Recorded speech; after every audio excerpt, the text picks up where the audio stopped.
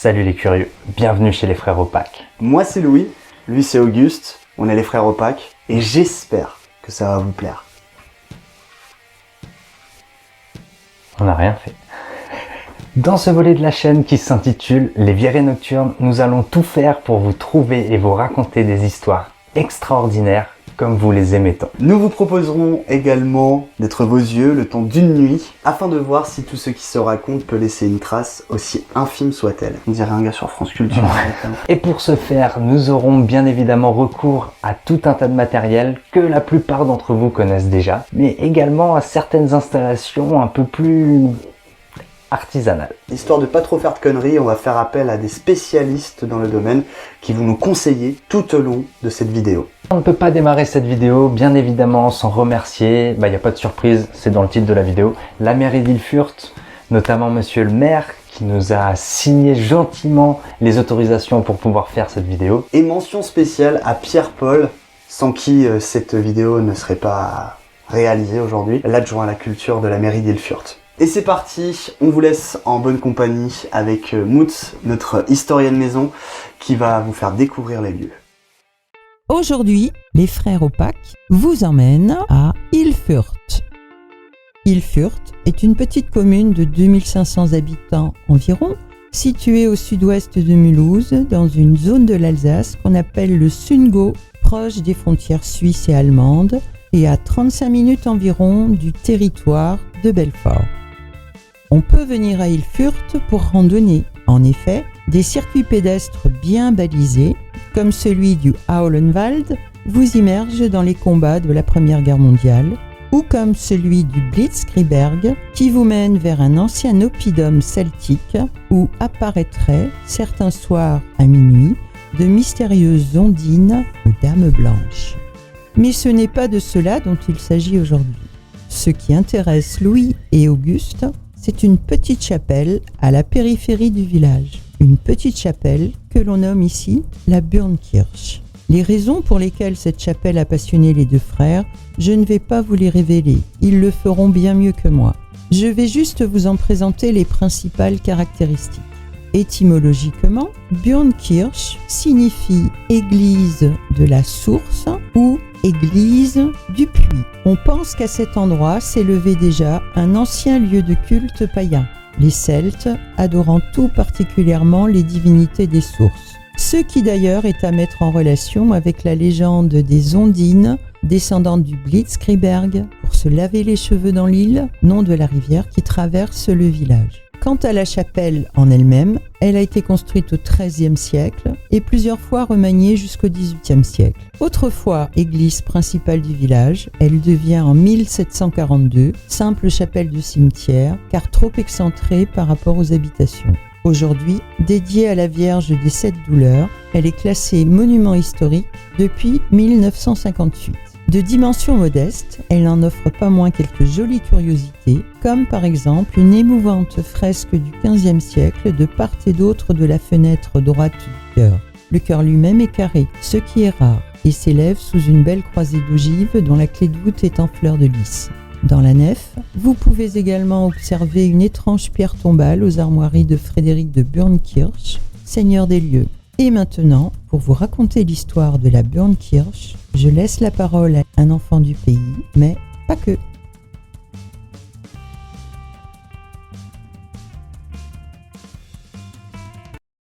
Donc, je suis Lionel Ingelzer, je suis comédien et metteur en scène et alsacien. Je suis natif du petit village d'Ilfurt au sud de l'Alsace, au sud de Mulhouse.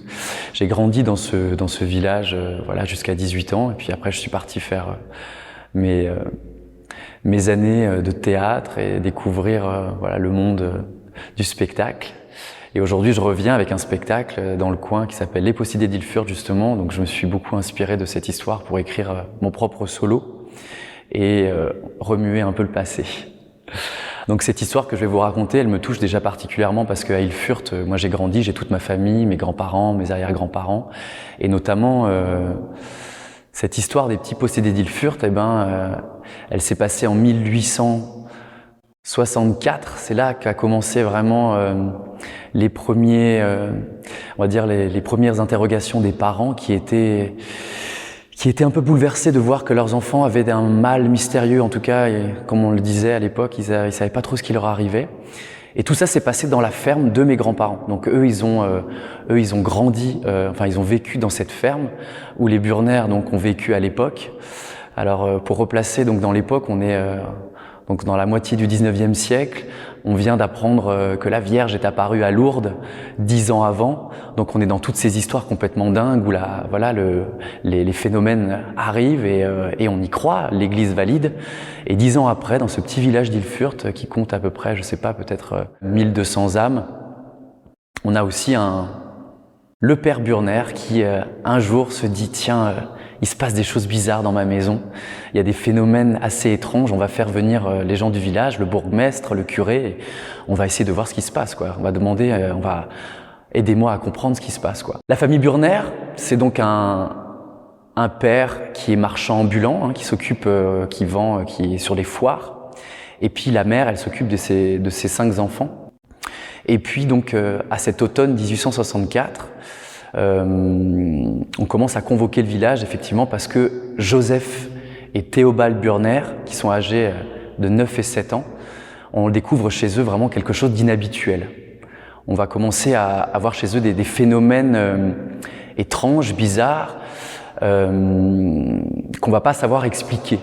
Alors on fait venir évidemment le curé de toute façon, parce qu'à l'époque c'était quand même c'est quand même la figure centrale dans un village, mais aussi surtout les médecins du coin. Tout le monde débarque dans cette ferme et observe on va dire ces maux étranges qui ont été constatés. On n'arrive pas à les expliquer.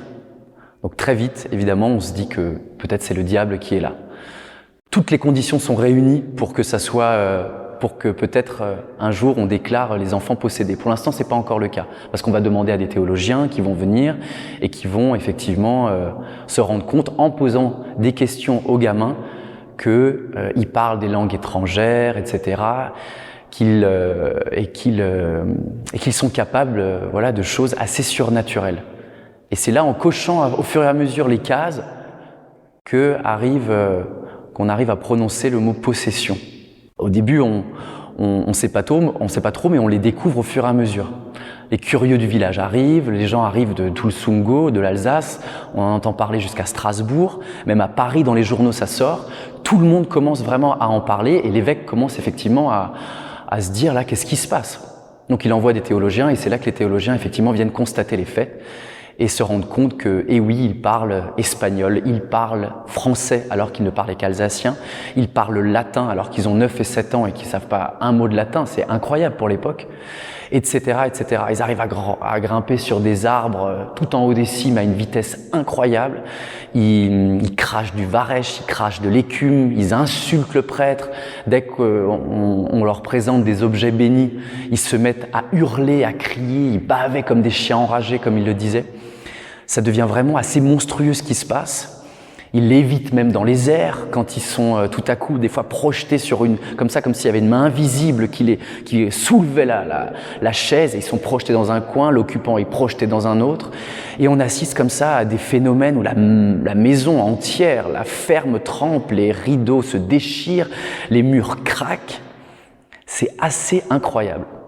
Théobald, lui, quand il était âgé à peu près de 10 ans, il disait qu'il était poursuivi par un monstre horrible, aux yeux d'un vert phosphorescent, au long cou, au bec de canard, aux mains griffues, au plumage atroce. Et il se faisait poursuivre comme ça dans la ferme, il hurlait. Alors des jours, ils étaient calmes, des jours, il se passait rien, et puis des jours, c'était vraiment digne des films d'horreur. En tout cas, ça, c'est ce que le curé Brey, donc le curé du village d'Ilfurt, raconte, puisque c'est lui qui a relaté les faits. Les années passent, et on arrive en 1868, où l'évêque ordonne donc à ses théologiens de faire vraiment un état des lieux. Et toutes les cases sont cochées, à savoir, ils ont des pouvoirs surnaturels, ils parlent plusieurs langues, ils sont capables d'avoir des capacités hors normes par rapport aux enfants qui sont, et ils sont aussi capables de prévoir, on va dire, l'avenir. Ils ne connaissent pas des gens arrivent dans la maison pour les visiter et ils leur disent il va t'arriver ça, des gens de ta famille vont peut-être mourir ou ont fait telle et telle chose et les choses se révèlent apparemment correctes. Donc ça c'est assez incroyable. Donc toutes les conditions sont réunies pour qu'effectivement là on pousse en tout cas à déclarer ces enfants possédés par le diable. Les théologiens, en leur posant des questions, découvrent les diables qui sont en eux. Joseph, lui, il est possédé par le démon Solaltiel. Son frère Théobald, lui, il est possédé par 2 démons, Oribas et Hippès, et à travers lui, ils parlent, ils insultent la Vierge, ils insultent le Christ, et etc., etc., etc. Ça devient vraiment très très violent. C'est pour cela qu'à l'automne 1869, Théobald il est transféré à l'orphelinat Saint-Charles de Schiltigheim, près de Strasbourg, pour y être étudié, on va dire, de près. Alors quand il se promène dans la cour de la chapelle, il est calme, mais quand il pénètre à l'intérieur de la chapelle, c'est là qu'il devient complètement dingue. Il aboie aussi comme un chien enragé, il devient complètement hors de lui, il crie, il hurle, il sue, il crache. Et c'est là que l'évêque ordonne l'exorcisme. Et à partir de là, on l'emmène dans la chapelle, dans une camisole de force, et on l'attache à une chaise. Et là, on assiste à un exorcisme digne des plus grands films aujourd'hui qu'on peut imaginer. L'écume ruisselle de ses lèvres, il se débat, il insulte. L'exorcisme, il dure 2 jours. Donc c'est vraiment éprouvant. Le gamin, il a 14 ans, on s'imagine même pas ce que ça pourrait être aujourd'hui. En invoquant la Vierge Marie, à plusieurs reprises, au bout de 2 jours d'exorcisme, le gamin d'un coup se détend et dans un dialogue avec le démon, le prêtre donc de là-bas, communique avec cet Oribas, cet Hippès, ces démons qui viennent du fin fond de l'enfer. Quand le prêtre lui dit de partir, le démon lui dit « Je ne veux pas partir, je reste ici, en enfer il ne fait pas bon, mon heure n'est pas encore venue ». Le curé lui présente une statue de la Vierge comme ça et lui dit esprit impur, fuis le visage de l'Immaculée ». Et là le démon lui répond « Eh bien je m'en vais ». Apparemment. Et c'est vrai que là l'enfant se calme et devint silencieux. Et il rentre à Ilfurt. Les semaines qui suivirent et évidemment les parents sont dans tous leurs états parce que il reste le second, lui qui est toujours possédé par le diable et il décide de pas aller à Strasbourg, il décide de faire ça ici à Ilfurt dans la chapelle Brandkirch. Donc 1 mois plus tard a lieu l'exorcisme de Joseph. Donc comme pour son frère, on lui lie les bras et les jambes, lui on lui applique les reliques sur la tête, on l'asperge d'eau bénite, on lui dit toutes les litanies possibles. Et lui ça dure un peu moins que 2 jours, ça dure 3 heures. Et au bout de 3 heures, épuisé, le gamin en transe complet avec tout le village, enfin pas tout le village, mais certaines personnes du village un peu choisies, dont le bourgmestre évidemment et quelques personnes de la famille, assistent à cet événement assez spectaculaire, ici à la Brandkirch, dans cet endroit médiéval qui a une histoire complètement dingue. Et là c'est pareil, au bout de quelques heures, l'enfant se détend, devient silencieux, immobile, comme s'il s'éveillait d'un long cauchemar. Et le démon, là aussi, apparemment, l'avait quitté. Donc, évidemment, il fut décidé que la victoire contre le démon était à mettre au crédit de la Vierge, puisque c'est grâce à la Vierge, en tout cas, en prononçant le nom de l'Immaculée Vierge Marie, que les démons ont décidé de quitter les corps des enfants. Donc cette histoire, elle a vraiment évidemment entaché la famille Burner, ça c'est sûr, et le village en entier, parce que évidemment un village où le diable est apparu, à un moment donné, c'est peut-être un village où il se passe des choses peut-être pas claires.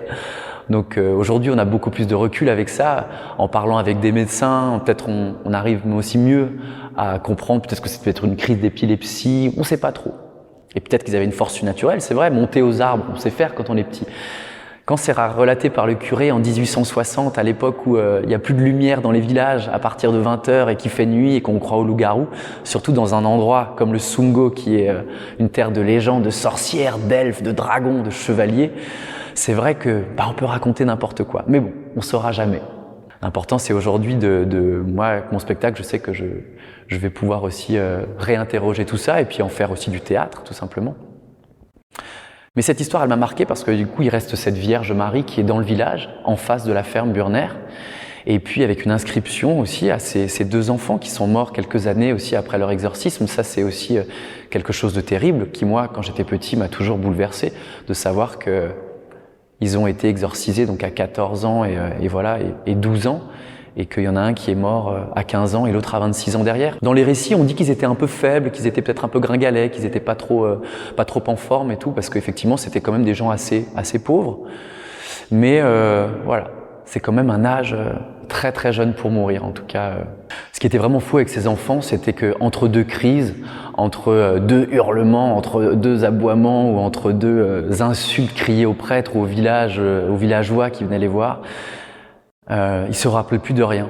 C'est-à-dire que c'était des enfants complètement normaux. Ils continuaient à aller à l'école, ils mangeaient tranquillement, on n'est pas obligé de l'attacher au lit ou à une chaise ou chez eux, parce que c'est vrai que la plupart du temps, quand ils avaient ces crises, ils étaient quand même enfermés chez eux.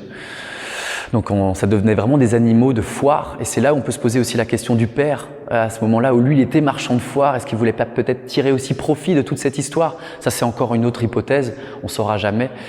Mais c'est relaté en tout cas que ces enfants, ils savaient pas, ils tombaient complètement dans l'amnésie. En fait, ils savaient plus vraiment ce qui s'était passé entre ces différentes poussées, on va dire démoniaques, qui les prenaient soudainement.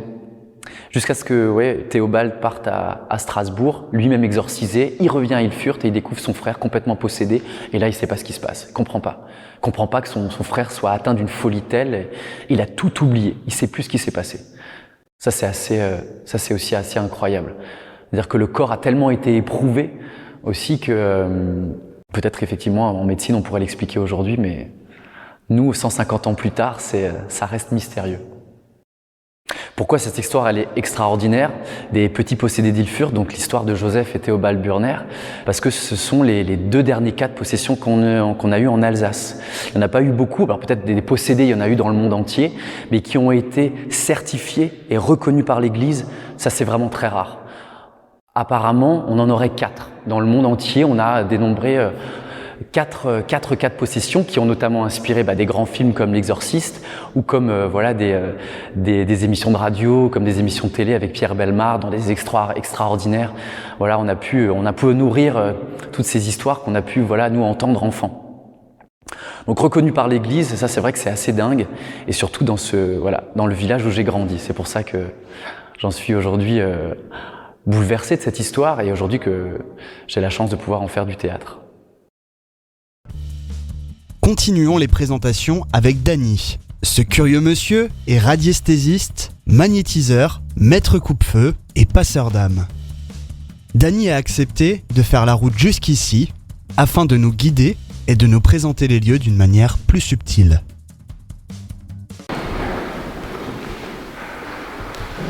Ok. Maintenant, on va pouvoir poser des questions au niveau des telluriques. Y a-t-il donc en ces lieux une cheminée tellurique? C'est mon oui. Indiquez-moi.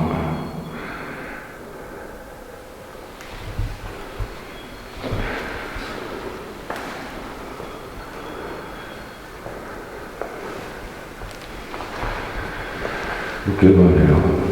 C'est le seul et unique lieu où c'est positif dans toute la chapelle. Quelle est l'énergie dans laquelle je me trouve actuellement? J'ai 80 millions de bovis. Donc ça, là, c'est intéressant. Donc une exposition de 10-15 minutes, là, dans ce secteur-là, déménage tout ce qui est émotionnel. Mais en ces lieux, il y a quelque chose d'autre, et bien plus néfaste en fait.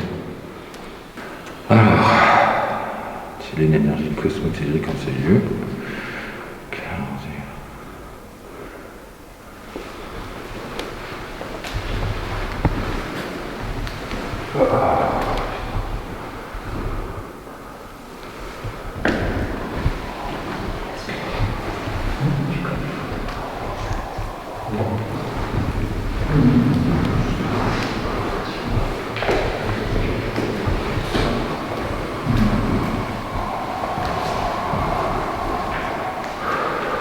Bon, là, on est dans quelque chose de violent, quoi. Et de pas bon du tout. Où ça? Ici. Là? Ouais, ici. Je dirais le point négatif, c'est ici.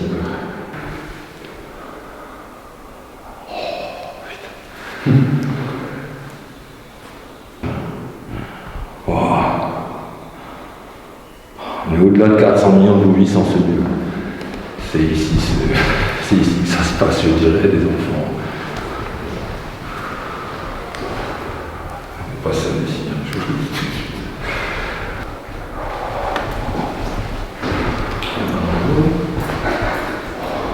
vraiment très très fort. Donc sur une échelle de 1 à 10 Je mets 8-9 au niveau de l'énergie néfaste qui est en ce lieu. Très très forte énergie, hein. On est à plus de 400 millions de bovis, mais ouais, ça se sent, ça a l'air normal. 400 millions de quoi 400 millions de bovis. On arrive à quantifier l'énergie, heureusement, donc ça nous permet de l'étudier, hein, pouvoir corroborer certaines choses. Mais c'est ma manière de bosser et de quantifier un peu les choses. Donc on est en danger en ces deux, quoi. D'accord. Donc oui, rester dans ces nœuds n'est pas bon, surtout dans cette crypto fou. Ok Dany, sinon aurais-tu une bonne nouvelle pour nous? Parce que c'est ici même que nous avons prévu de passer la nuit, seul et dans le noir. On ne pourrait pas rester ici de 3-4 heures. On n'a pas tous la même sensibilité à ces champs magnétiques, à ces ondes qui nous entourent. Mais j'ai le grand mais, c'est ce qui s'est passé ici, qui fait que c'est chargé en négativité. Des expositions très longues, ouais, c'est un peu perturbant. Donc à long terme, ce serait très perturbant. Allez Louis. Et le pendule en même temps. Écarte un peu les mains. Ah, je te vois plus. Voilà, comme ça. Ah mais là il pleut, je vais pas y aller, c'est pas grave. Des baguettes. Hop là. Ouais, même endroit, hein. Ouais, ouais.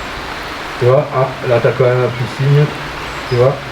Ah mais je suis Blocage énergétique ici. Ah, je suis timide des énergies. Donc on est devant la chapelle de Björnkirch. Tu viens de faire une captation d'énergie. Ouais. Qu'est-ce que tu as ressenti?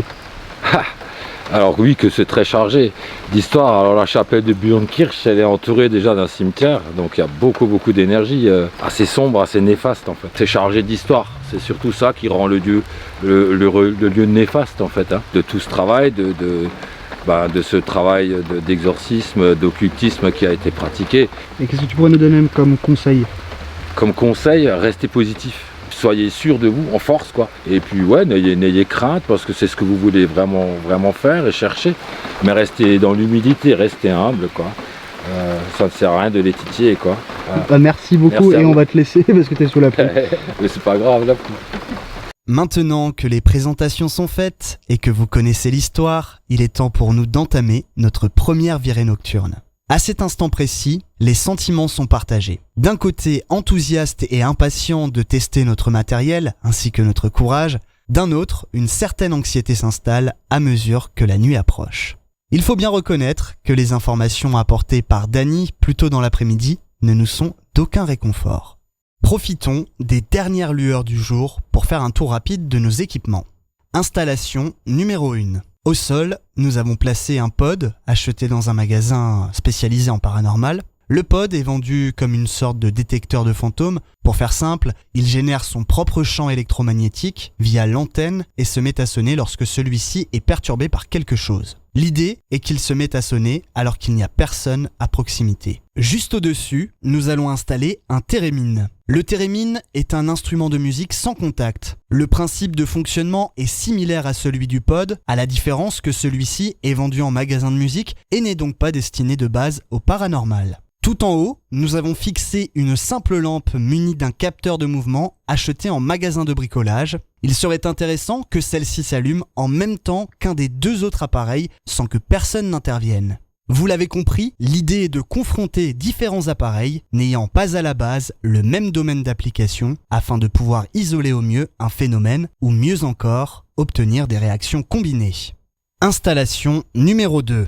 Vous les avez très certainement reconnues, les baguettes de radiesthésie. Elles sont utilisées pour la recherche d'énergie, mais également et largement pour rechercher ou communiquer avec des entités. Pour faire simple, nous avons fait des essais en tenant les baguettes et elles réagissent. Cependant, nous n'avons aucune compétence dans ce domaine et il nous est impossible d'avoir l'assurance que ce ne sont pas des mouvements légers et involontaires qui les font bouger. Nous avons donc eu l'idée de les installer sur un support fixe et de faire le nécessaire pour reproduire l'effet théorique du corps humain sur les baguettes. Ensuite, un courant d'air suffisamment important pourrait également mettre les baguettes en mouvement. Donc, afin de le matérialiser et pour pouvoir isoler cette action, nous avons simplement placé un bout de papier juste au-dessus. Pour finir, des vibrations suffisamment importantes venant du sol seraient également source de mouvements parasites. Il était donc tout à fait normal que nous placions un détecteur de vibrations au pied de la chose et toujours dans le but d'éliminer des mouvements parasites.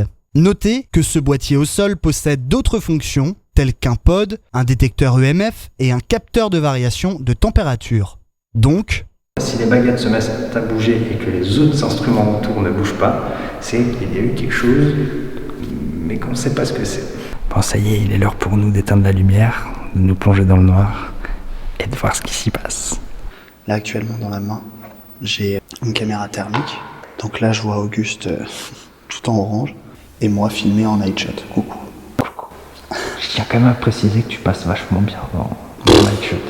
Il fait que me flatter, celui-ci. Tu as un très beau teint. Écoute, toi, t'es chaud de partout. Hein. T'as les genoux qui sont hyper chauds. Alors, on me le dit souvent, ouais. T'es chaud des genoux, toi. Et tu sais ce qui pourrait être drôle, là, donc on est au milieu de cette chapelle dans la nuit, c'est que là, maintenant, tout de suite, on s'échange nos rôles et on voit qui est le plus chaud et qui est le plus froid. Allez. Information capitale, Auguste est plus chaud que Louis. Nous sommes certains que cette précision vous est de la plus grande utilité. Plus sérieusement, voyez plutôt en image ce qu'il est possible de voir avec une caméra thermique. On va synchroniser les images et je vais me reculer. Et là, moi je trouve ça vraiment flippant. Si on en voit et qu'ils ne sont pas les nôtres, on va dormir dans la voiture. Et là, dans la poche, j'ai le Spirit Voices qui vient de s'allumer. Le Spirit Voices, lui aussi acheté dans un magasin à vocation paranormale. Il nous a été vendu comme une sorte de talkie-walkie avec l'au-delà. Disposant d'une banque de données de 2500 mots préenregistrés, il serait capable de générer des mots en fonction des variations du champ électromagnétique. Toujours est-il que de notre point de vue, son fonctionnement reste obscur. Nous ne savons pas si les mots sont générés de manière aléatoire ou s'ils peuvent être choisis. Toujours est-il que le résultat est plutôt angoissant. Et le détecteur EMF. Ensuite, passons au K2. Le K2, petit appareil portatif permettant de capter et de mesurer les variations du champ électromagnétique environnant. Ok. Pour l'instant, pas grand-chose. Et on va se balader un petit peu, quoi, tranquillement. Il est 22h52. Pour l'instant, on n'a pas eu grand-chose de très convaincant. Mis à part une réaction du pod, juste en dessous des baguettes de radiesthésie.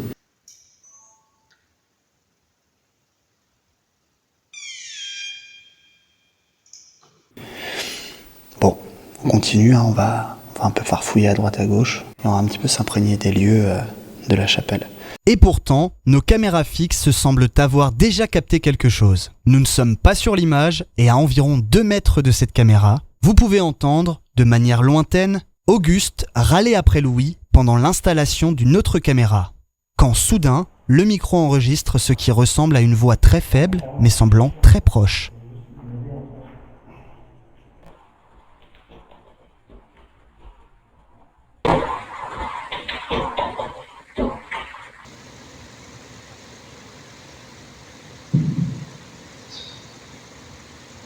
Nous décidons alors de déambuler dans la chapelle, armés de nos caméras et nos appareils. Sachez que nous avons volontairement fait le choix de n'être que spectateurs et ne pas chercher à provoquer quoi que ce soit. Tout d'abord, par respect pour le lieu, la chapelle est aujourd'hui encore un lieu de culte et nous avons fait la promesse de ne pas y faire n'importe quoi. Ensuite, rappelez-vous que c'est notre toute première expérience de la sorte et ne sachant pas à quoi s'attendre, l'idée de ne rien provoquer nous semble être la meilleure option.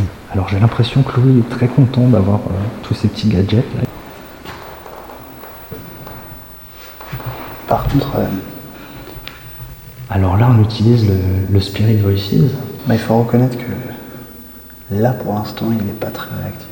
Nous avons véritablement passé l'intégralité de la chapelle au crible. Moi-même Louis, je me suis vraiment démené pour arriver à quelque chose. Je n'ai rien lâché. Mais côté réaction et ressenti, il faut bien admettre que c'était le calme plat. Nous commençons même à douter de nos capacités à mener à bien une telle expérience et la déception face à si peu de résultats commence à se faire sentir.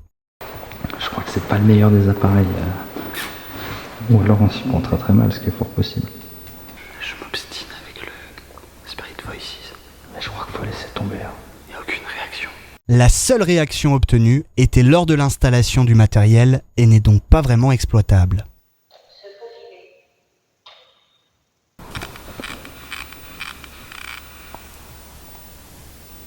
C'est toi qui as fait ça. Il a déclenché sur quelque chose ou c'est toi qui as mis... Non, il l'a déclenché tout seul. À quel endroit? Là. Là? Ouais, mais vite fait. Hein. Après, faut faire attention ici, hein. On a les caméscopes, on a Ouais, bien sûr. les caméscopes, les caméras. T'es à l'ancienne. On a les batteries pas loin. Donc ici, on vous précise qu'il n'y a pas de courant. Hein. Et en effet, cela n'aide pas le K2 à réagir. Malgré une recherche sans relâche, nous n'arriverons à aucun autre résultat et notre patience va encore en prendre un coup. Aucune réaction. On dirait simplement que Louis utilise un des premiers téléphones mobiles et cherche une barre de réseau supplémentaire. Et toi, est-ce que toi, tu ressens quelque chose de particulier? Franchement, Non? rien du tout. À part le fait que j'ai froid. Je pense que c'est la fatigue.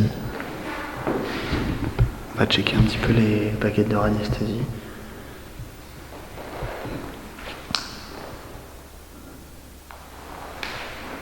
J'ai pas l'impression que ça ait bougé. N'empêche, ces mains qui tiennent ces baguettes sur un support, là, je trouve ça carrément angoissant. On dirait limite un instrument de torture. Il est tard, nous sommes fatigués, nous avons froid et nous obtenons peu de réactions. Résultat, nous commençons à voir des choses qui n'existent pas. Oh. Je crois que ça a bougé. Hein. Alors soit je les ai vus, soit je les vois bouger. Non, là, moi, Hein? j'ai rien vu. Bon, je sais pas si ça a bougé, en fait. Hein. Non mais peut-être on hallucine. Hein. Je pense que la fatigue peut commencer à... Qui nous joue des tours. En effet, elle se fait de plus en plus ressentir et évoluer dans le noir commence à devenir un véritable parcours du combattant.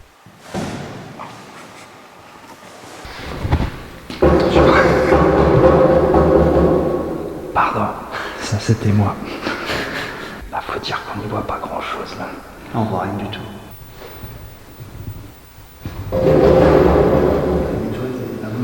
J'ai pas de caméra de recul. Comment tu te sens?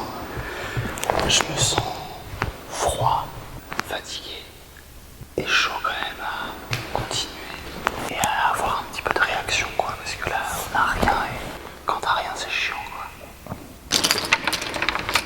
Il est grand temps pour nous d'aller prendre un peu l'air et de nous balader dans les allées du cimetière équipés de la caméra thermique et des appareils portatifs.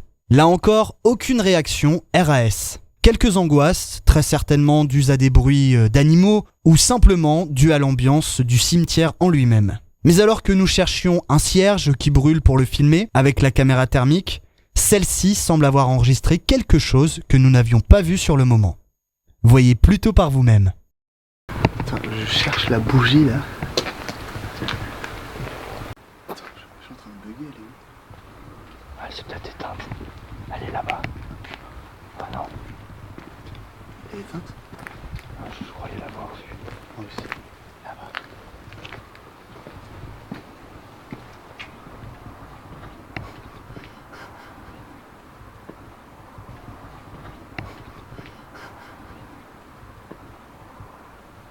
Bon bah explique.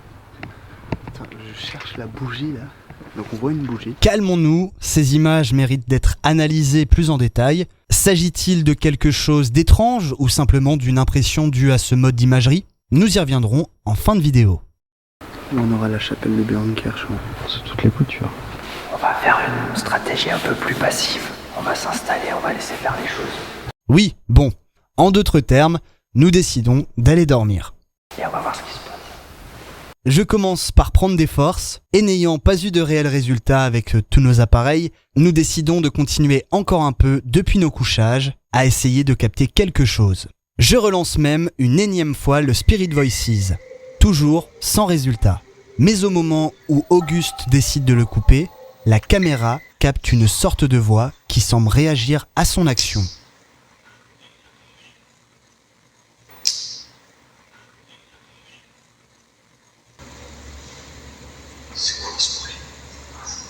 Tout au long de la nuit, nos caméras vont filmer un tas de choses qui passent devant les objectifs. Pour la plupart, on peut clairement distinguer des poussières ou des insectes. Toutefois, certaines ont l'air plus étranges et semblent même nous faire réagir.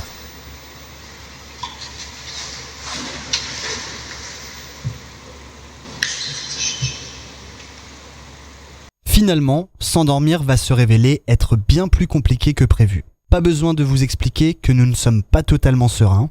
Nous entendons des bruits. Pas étonnant vu l'âge du bâtiment. Mais cela ne nous aide pas vraiment.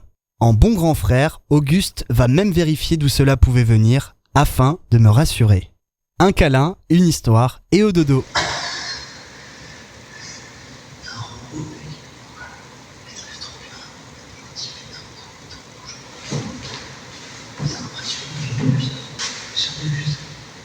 On cherche même à se rassurer comme on peut avec des réactions complètement incohérentes.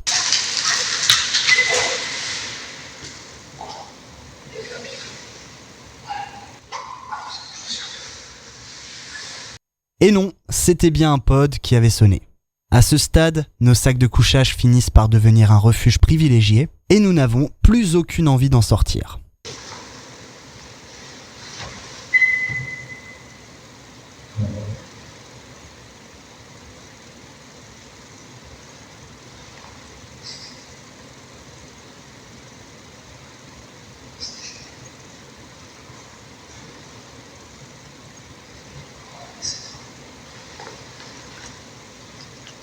Nous parvenons finalement à nous endormir, peut-être même un peu trop.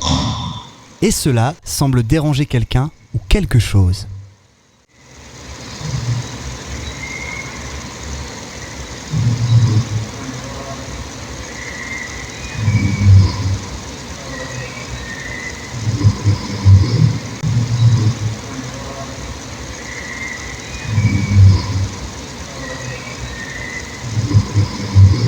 Le jour se lève, cela indique que notre virée nocturne touche à sa fin. Quelle expérience! Durant toute la nuit, nous n'avons rien ressenti de particulier et tout nous paraissait plutôt calme, mis à part quelques coups de flip liés à l'histoire de la chapelle et aux mises en garde de Danny. Visiblement, nous sommes passés à côté de certaines choses, heureusement pour nous que nos caméras et nos micros étaient bien plus attentifs que nous.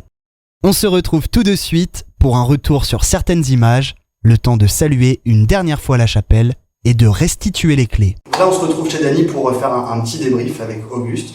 Danny qui est juste à côté de nous. Salut les gars. Maintenant, avant de commencer, on remercie encore une fois la mairie d'Ilfurt, monsieur le maire, Pierre-Paul, merci pour tout. On remercie bien évidemment Lionel Lingelzer pour avoir accepté d'intervenir dans notre vidéo, vous raconter cette histoire avec tout ce talent. N'hésitez pas à aller voir dans la description tous les liens vers ses réseaux sociaux, vers ses actualités. Si vous en avez l'occasion et que vous êtes dans le secteur, n'hésitez pas à aller voir son spectacle pour l'histoire, pour son talent et pour le personnage en lui-même. Rendez-vous bien compte qu'à son niveau, il fait du cinéma, de la télé, du théâtre. Il n'avait pas grand intérêt à intervenir dans une vidéo de deux Gugus qui n'existe même pas encore. Donc voilà, ça en dit long sur le personnage, donc merci Lionel.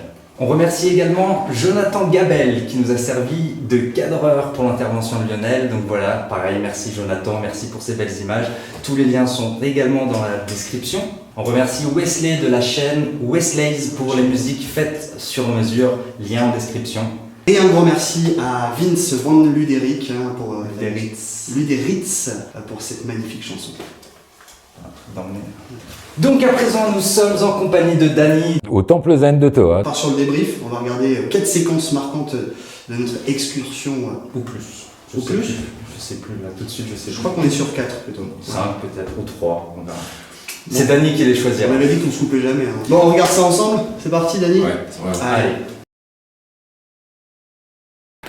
Alors, c'est l'énergie cosmotérique en ces lieux. Ok, allons-y.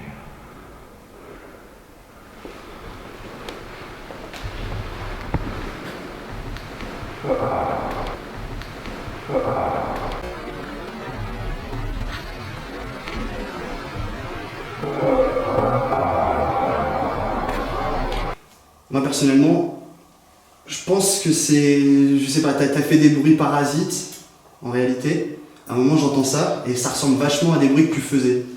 Je ne pense pas que j'ai fait des bruits puisque j'étais en train de chercher avec mes baguettes. Donc à ce moment-là, je suis concentré sur l'action des baguettes.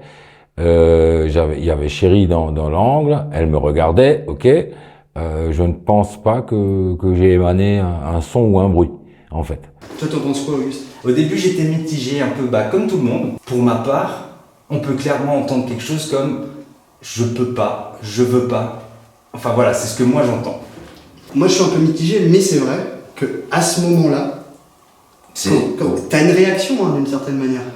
Il y a une réaction, c'est clair. Tu as une Puis, réaction. alors déjà aussi les baguettes à ce moment-là. Hein. C'est à ce moment-là, je faisais encore un micro-pas et tac, elle s'ouvrait.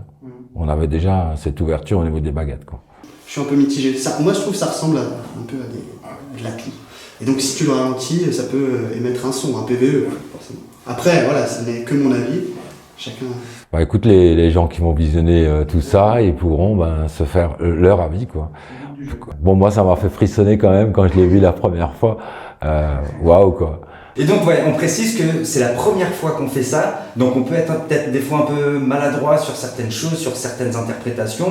On ne cherche pas à prouver quoi que ce soit ou à dire qu'on a des images extraordinaires. Dans notre prochaine vidéo, vous aurez des recettes de cuisine. Faites par Dany. Voilà.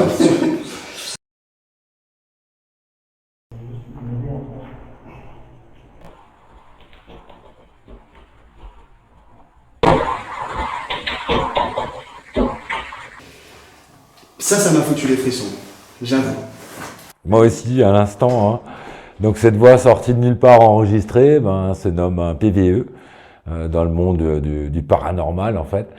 C'est assez fou, quoi. C'est vraiment génial. Et pour replacer en fait dans le contexte, il faut savoir qu'à ce moment-là, on n'était plus que deux. Il n'y avait plus que Louis et moi. Donc on était à quelques mètres de la caméra, comme ça de mémoire, je dirais 2-3 mètres. On était en train d'installer une autre caméra. La seule chose, moi, que je peux certifier sur le moment, c'est qu'on n'était que deux et que c'est pas ma voix et que c'est pas celle de Louis non plus. Parce qu'on n'était pas de toute façon suffisamment proche de la caméra pour le murmurer comme ça. On était à l'autre bout de la chapelle, donc là la voix elle est très clairement juste à côté de la caméra, devant la caméra à la limite. Et on peut l'entendre distinctement. Là j'avoue que... Après, est-ce que c'est un son propre à la caméra, interne à la caméra? Est-ce que c'est une onde radio qui est passée par là et je sais pas, le micro a pu la choper? Ça, moi, je pourrais pas vous l'expliquer, mais en tout cas, c'est pas celle de Louis, c'est pas la mienne non plus, et on était que deux. Ça c'est flippant, ouais. Ça on peut le dire.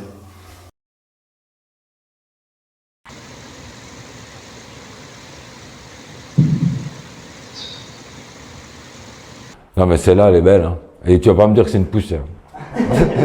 Donc, c'est quoi? C'est cette boule d'énergie, quoi, qui représente donc une entité. Hein. On va pas se leurrer, quoi. Et le passage de la matière, en fait, ça, c'est assez incroyable d'avoir capté ça, quoi. Donc, ce petit bruit, et puis ce passage, hein, bien sûr, ce déplacement, quoi. Le plus dingue à noter, c'est que contrairement à beaucoup de choses qu'on a pu filmer tout au long de la nuit, on va pas tout vous mettre parce qu'il y a des trucs qui passent, il y en a plein, mais celui-là, il arrive déjà pas hors du champ de la caméra. On le voit clairement apparaître En face. dans le champ de la caméra. Déjà, ça vient de nulle part. Il n'y a pas de fenêtre ouverte, il n'y a pas de porte là-bas. Et après, ce qu'il y a, c'est que ce qu'on peut voir quand on a vu des moustiques, c'est qu'ils ont des trajectoires très aléatoires. Ils rentrent, ils sortent, ils rentrent, ils sortent. On voit des petites ailes par moment, on voit les petites pattes. Et pour ce qui est des poussières, c'est un peu comme lâcher une plume, quoi. C'est porté par les courants d'air, par les frottements dans l'air. Donc pour toi, qu'on soit d'accord, c'est pas un moustique, c'est pas une poussière. Non. Ah non, pas du tout. C'est clairement... C'est clairement une norme. Là, la caméra, elle est sur trépied, elle est fixe, et pourtant, cette petite boule de lumière se déplace. Donc voilà, là encore une fois, moi je sais pas comment vous l'expliquer. Attends, je suis en train de bugger, elle est où? Elle s'est peut-être éteinte. Elle est là-bas. Ah non. Elle est éteinte? Je croyais l'avoir vue. Moi aussi. Là-bas.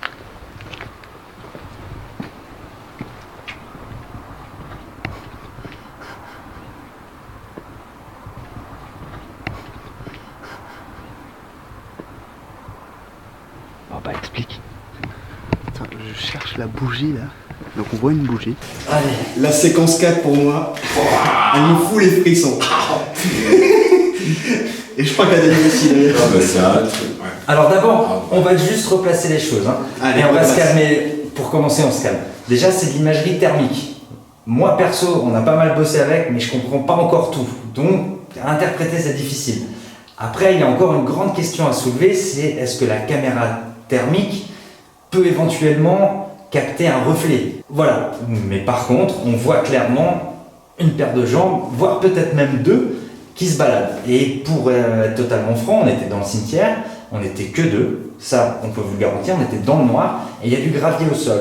Donc s'il y avait eu un complice ou quelqu'un qu'on n'avait pas vu, on ne savait pas qu'il était là, on l'aurait entendu marcher. Parce que quand on marchait dans le gravier, voilà, on était déjà tellement flippé d'être là-bas, on n'était pas très rassuré qu'au moindre bruit, on faisait des bonds. Et là, à ce moment-là, il n'y a rien qui nous a inquiétés. Nous, on n'a rien vu, rien ressenti. Et on n'a même pas vu en fait à l'écran sur La question qu'on peut se poser, est-ce que c'est nos reflets? Parce que certains voient juste une paire de jambes, moi personnellement j'en vois deux passer. Alors potentiellement c'est les nôtres avec le reflet, mais théoriquement la gestuelle n'est pas la bonne. Moi je tenais la caméra face à une tombe, donc polie. J'étais trop loin pour que ce soit mon reflet à moi. Et Auguste était trop loin aussi pour que ce soit son reflet à lui. Et ce qui est intéressant, c'est que juste après ce passage, Louis me filme moi et on voit mon empreinte thermique qui est beaucoup plus chaude, beaucoup plus nette. Que là, c'est déjà monochrome, hein, il n'y a qu'une couleur, tout a exactement la même température et ça se déplace. Libre cours à votre imagination. Voilà. Oui, une partie de vidéo assez incroyable, caméra thermique. Effectivement, je pense donc, parce qu'on voit pas que tu te déplaces. Cette caméra, elle est stable. Elle tourne un petit peu. Donc, ce déplacement déjà au niveau du reflet que tu soupçonnes, déjà, on peut l'éliminer. Il y a vraiment une marche, un déplacement rapide. Et effectivement, j'en vois deux aussi. Oui, regardez bien et puis vous ferez votre avis. Pour moi, vous avez quand même à filmer l'énergie de quelque chose, oui. C'est pas vous, en fait. Non, je pense pas que ce soit les reflets. C'est à se poser des questions et ouais, ça fait flipper.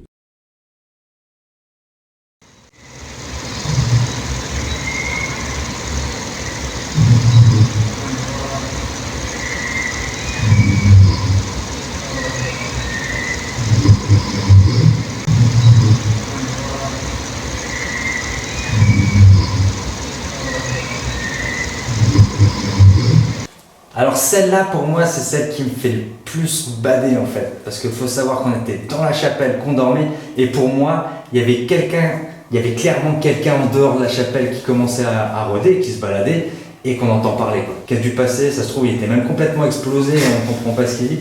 Mais pour moi, il y a quelqu'un qui est venu nous rôder autour et ça, franchement, ça me fait un peu bader, quoi. Alors là, oui, potentiellement, c'est une présence humaine, je pense. Hein. T'en penses quoi, toi, Dany? Il était quelle heure environ là? 5 heures. Ouais, pas tout à fait, 4h30. Je serais dernier à balader autour d'une chapelle dans un cimetière. C'était le couvre-feu en plus. Le couvre-feu. Lorsqu'il fait nuit noire, et en plus, ouais, couvre-feu avec le confinement et tout. Non, je pense pas. Ouais, c'est vrai que c'est chelou. Après, un animal peut-être. Ouais, enfin un animal qui fait des drôles de bruit. Hein. Non, on entend quand même une voix ralentie. Après, est-ce que c'est pas nous dans notre sommeil? J'ai pas l'impression, mais... Non. Donc pour Dany, c'est une force surnaturelle, quelque chose de paranormal en tout cas. Oui. Encore nommé PVE, quoi. C'est un enregistrement donc d'une voix, quoi. Enfin d'une forme de voix. Donc quelque part, tu crois que je le dérangeais avec mes ronflements et il s'est dit, toi... C'est possible. Ici c'est tellement tout le temps calme, laisse-moi tranquille. C'est ça, c'est possible. Le mot de Dany pour conclure la vidéo, c'est waouh. Merci à toi, Dany. Merci à vous. Merci. Merci à vous, parce que si vous avez vu ce passage, c'est que vous avez regardé la vidéo en entier. Jusqu'à la fin. Et ça nous fait plaisir. Merci beaucoup. On espère vous revoir très bientôt pour d'autres aventures encore plus dingues. On en a d'autres dans les tuyaux, ça va venir, mais ça peut prendre un peu de temps. Donc ne nous en tenez pas rigueur. Nous nous en tirons. Ni nous le chat. Alors pour ma part, je tenais à vous remercier, Louis et Auguste, de m'avoir intégré dans cette aventure. Un truc de fou, j'ai vraiment adoré quoi. Descendre là, Ilfurt et découvrir ce lieu chargé. Merci pour vos personnalités, merci pour votre brin de folie, merci pour le courage que vous avez parce que vous avez passé une nuit là-bas. Oui, en ayant eu ce ressenti comme je l'ai eu, moi je serais pas resté avec vous, bref quoi. Et moi je vous soutiens, vous avez mon entier soutien pour les prochaines aventures avec grand plaisir quoi. Ciao, bye bye.